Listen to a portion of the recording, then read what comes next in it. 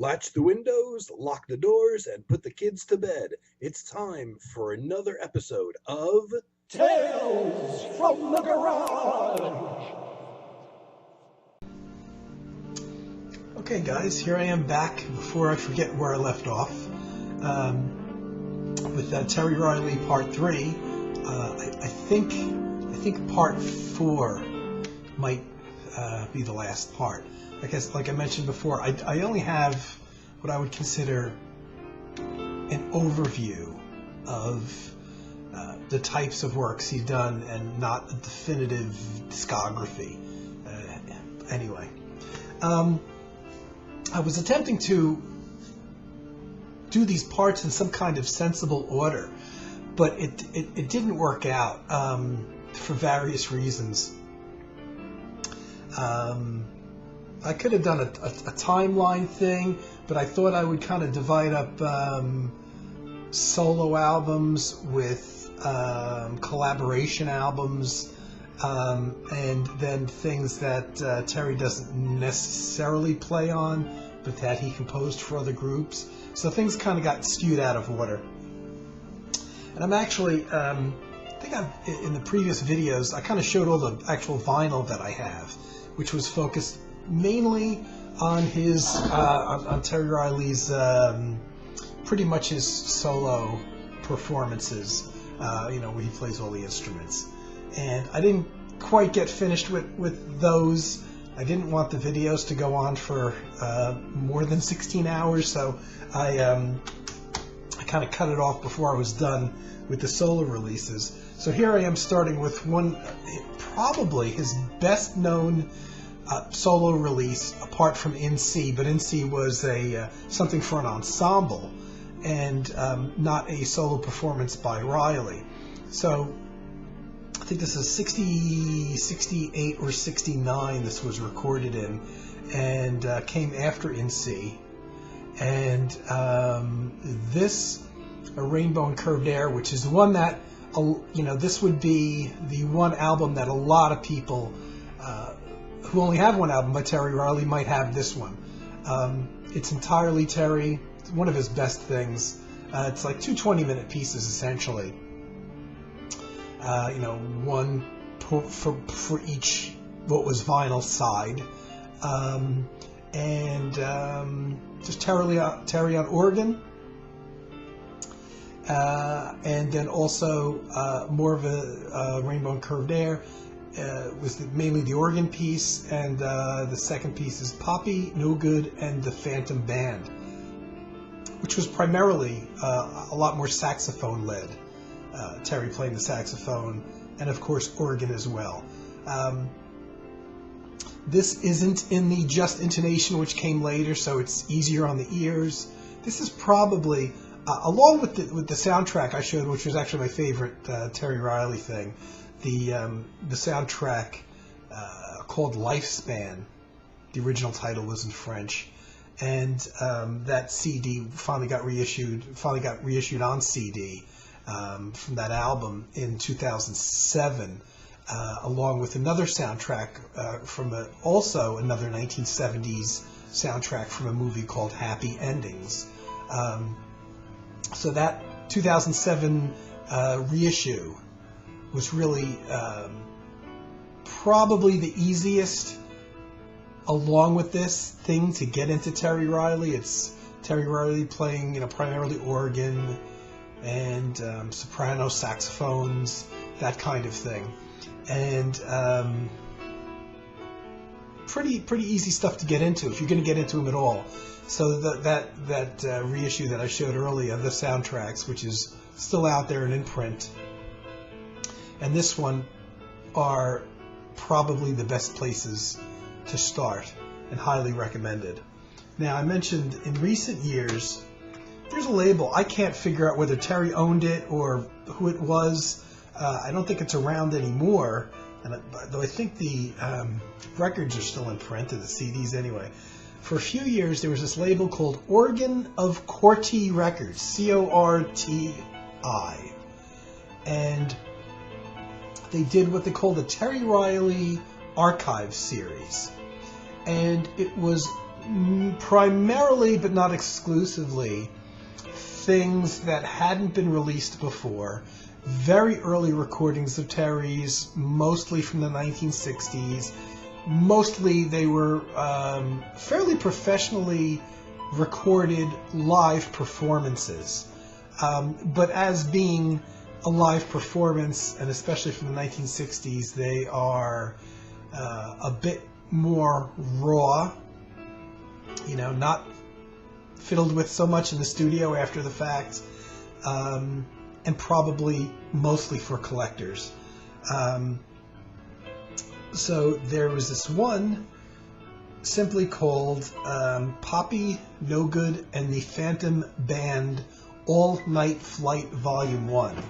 So it is a live performance of the second piece from this album, and that's all that's on here. It's a almost just under 40 minutes of what was a 20-minute piece on the Rainbow and Curved Air album is now a 40-minute live performance piece, primarily, like I said, for saxophone and that digital delay thing that Terry created so that he could play a part either on keyboards or saxophone or voice or whatever, and it could kind of overlap. It wasn't so much tape loops because the parts overlapped but faded away.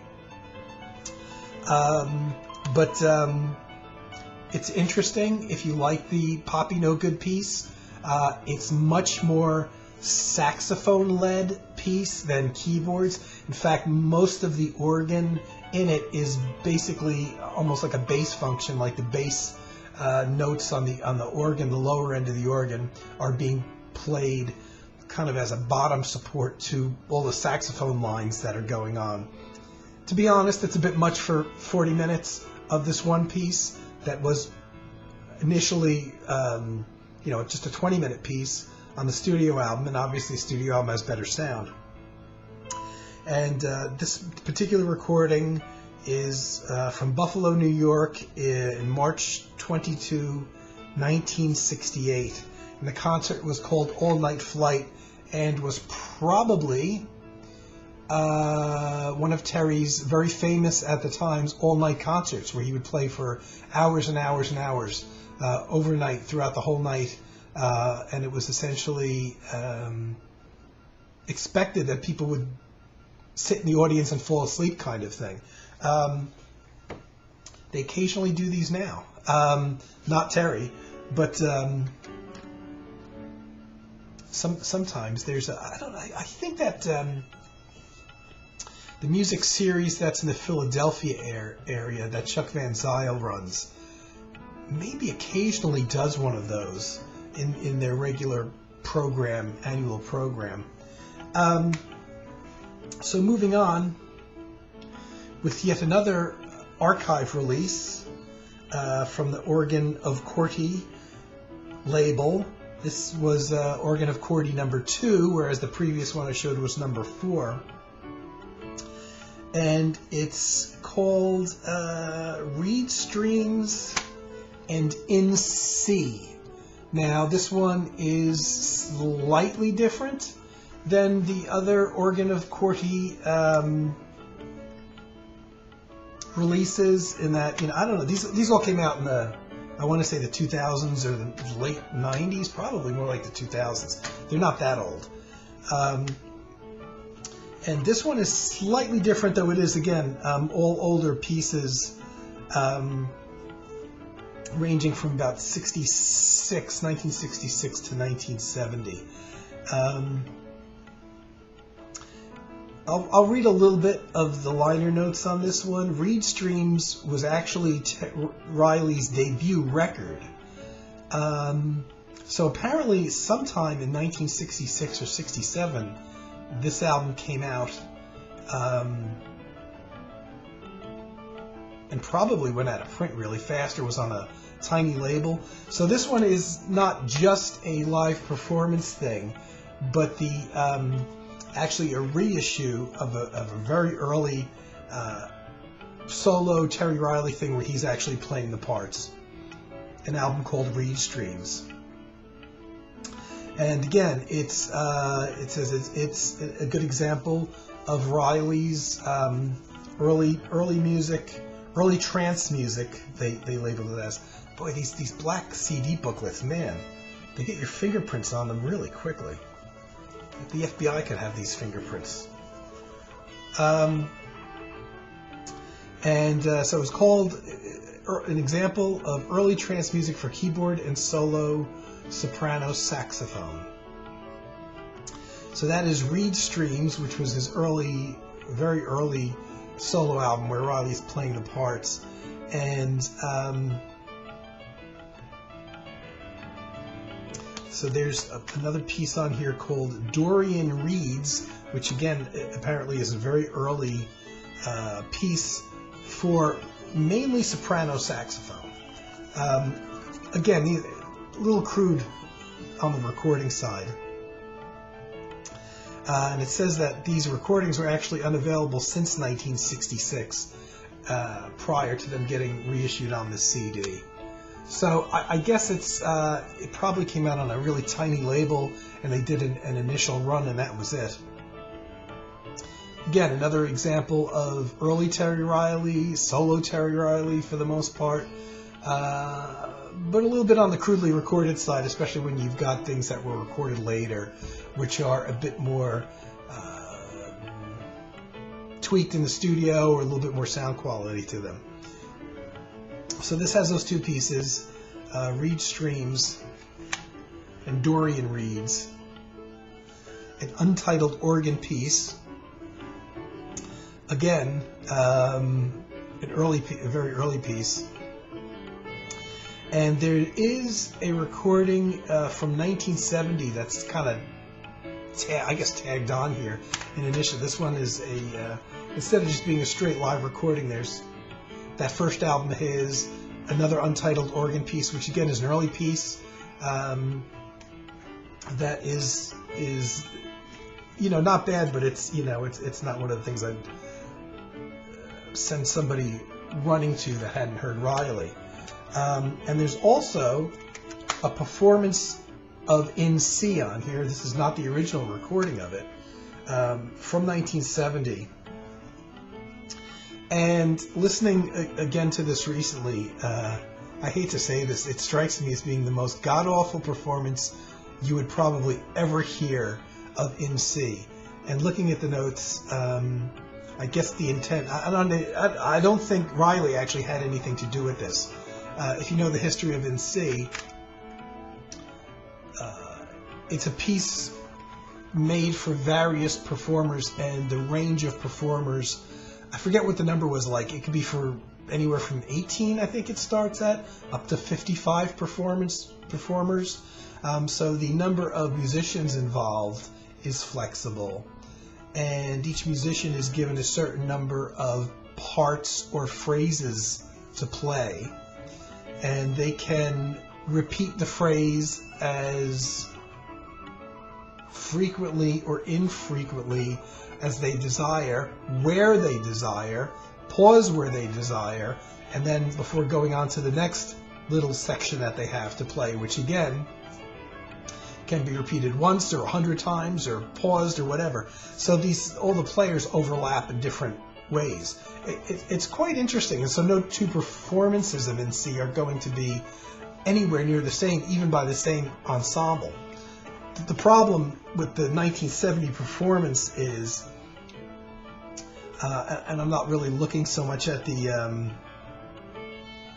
at who's playing on it. I don't even know if there's a listing in here. I have to go through the booklet. It was recorded in 1970, essentially as an electric psychedelic version, which is kind of hinted at.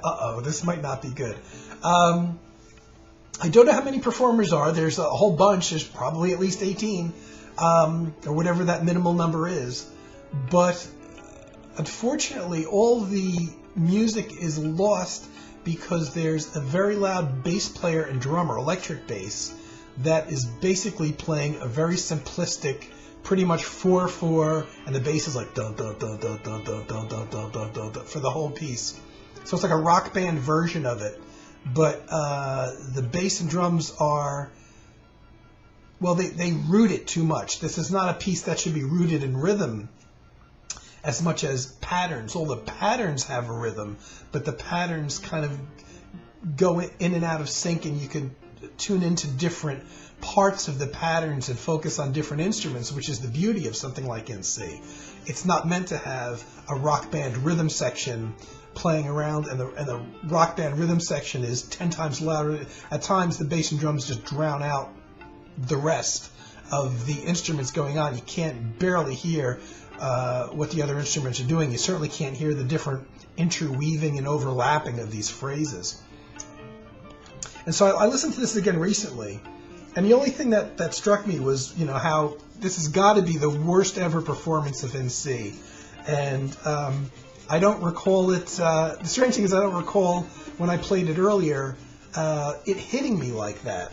Maybe I was daydreaming or something in the when I got this CD a number of years ago. But man, it's not. Whew, wow, stinky. So I think that almost it leads is the end essentially of the strictly solo albums, even though the piece in C isn't a solo piece. And I'm going to move on a little bit to some collaborative things, and then leave off the larger works written for other performers, maybe for the next video. Here's a good one that I was glad I bought at the time. I bought it in must have been '85. I bought it.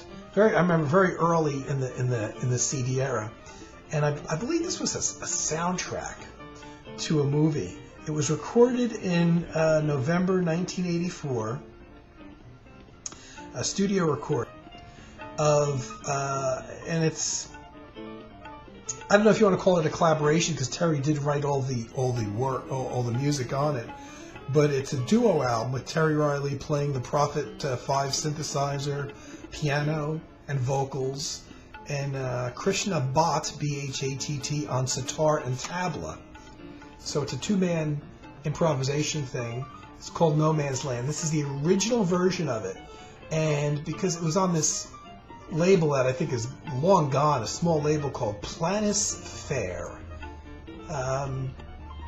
And I remember buying it, and a few years later, it being nearly impossible to get a hold of. And I was glad that I bought it when I did, only for it to get reissued in recent years. And when they reissued it, they've got like 22, 27 minutes more of music on it, and it's like, damn, maybe I should have waited. So they re-released this. The original album is about 42 minutes, and when they released it, they just tagged on a whole bunch of music that I don't have and I haven't heard, so I don't know. I don't think it's necessarily from the same sessions, but it could be.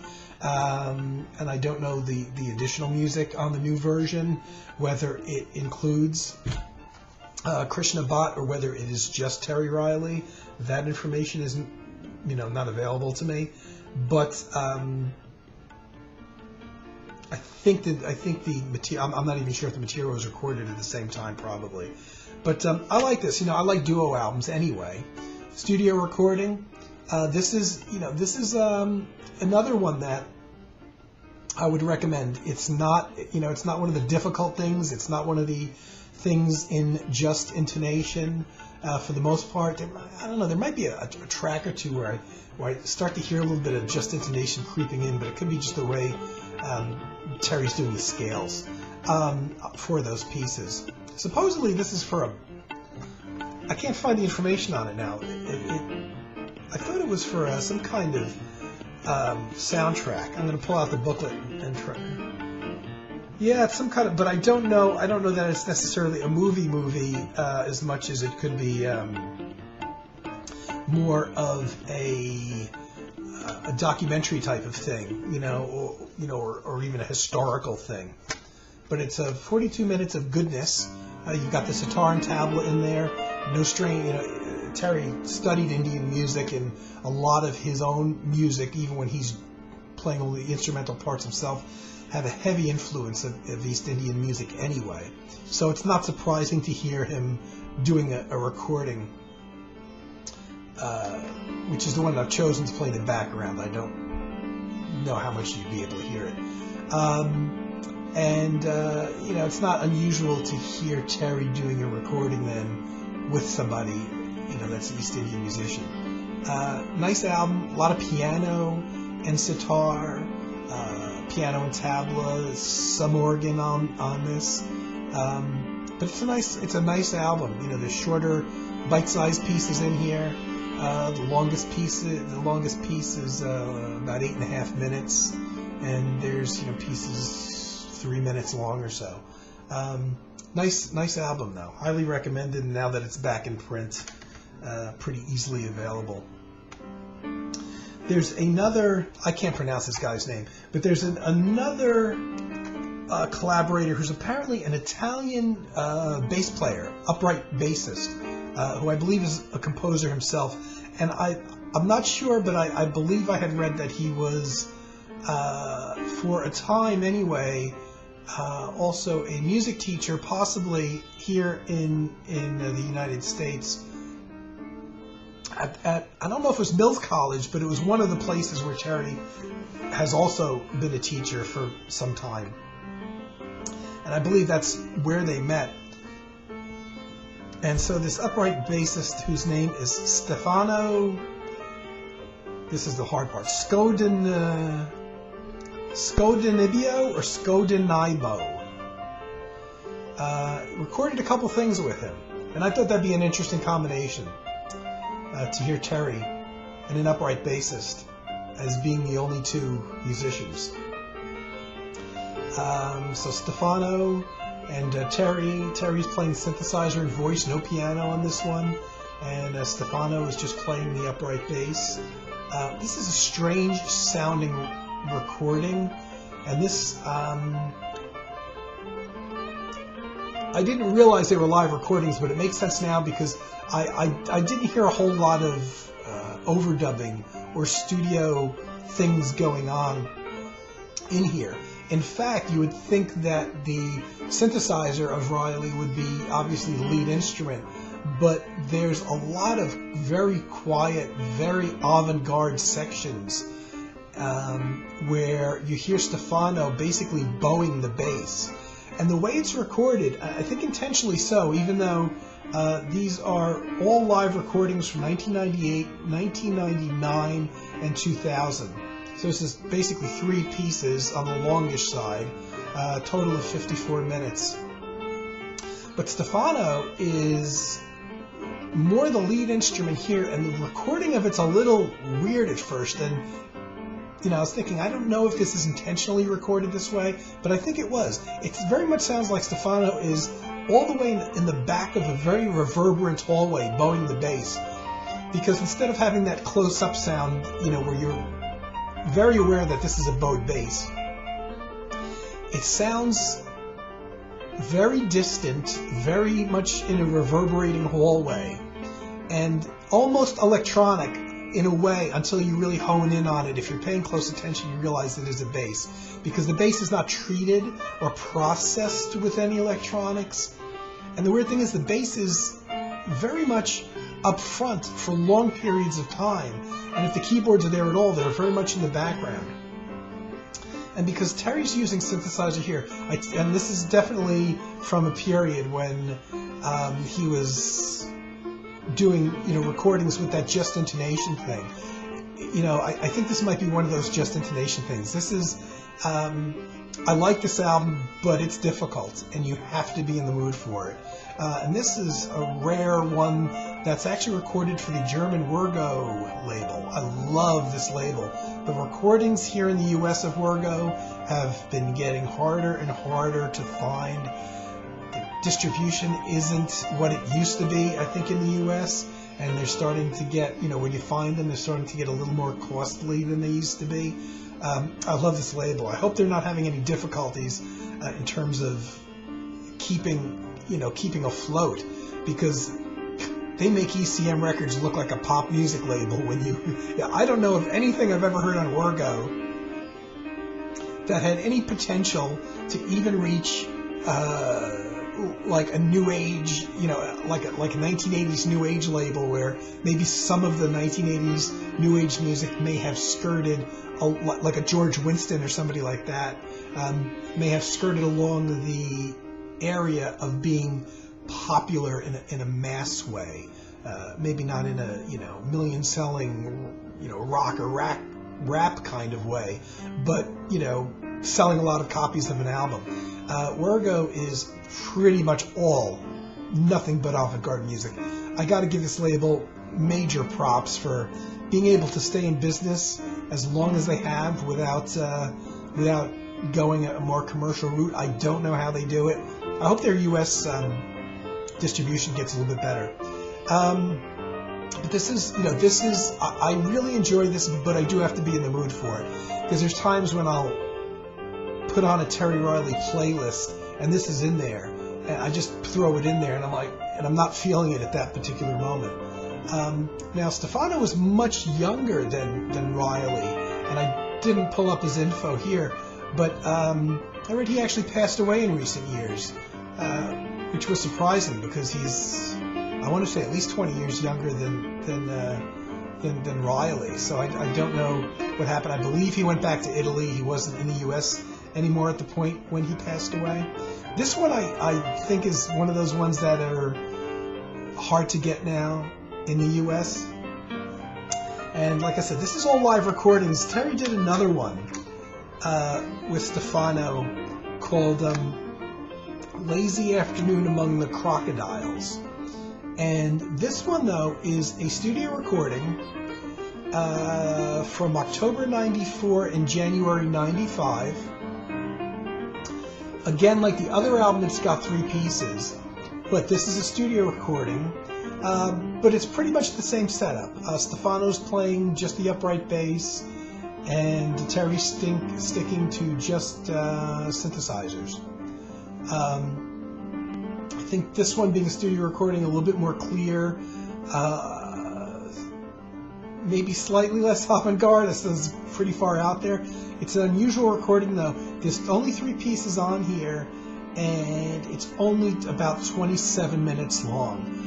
Strangely enough, because this isn't on Wergo, it's on some other label. It looks like a French label.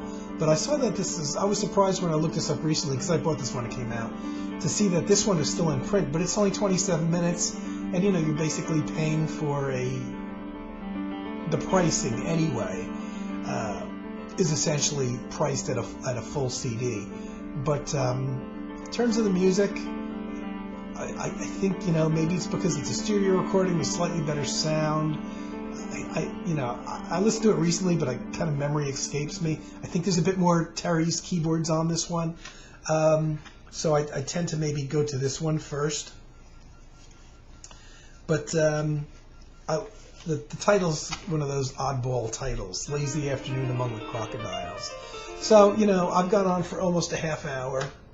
And what I've got left now is mostly larger scale recordings, or recordings where Riley wrote them for other ensembles, doesn't necessarily play on them himself.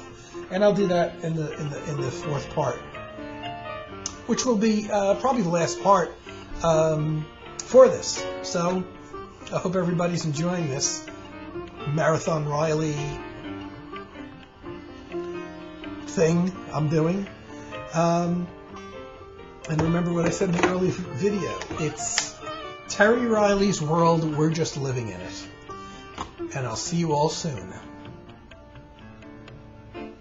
Digging the music. Tune in next time for more Tales from the Garage.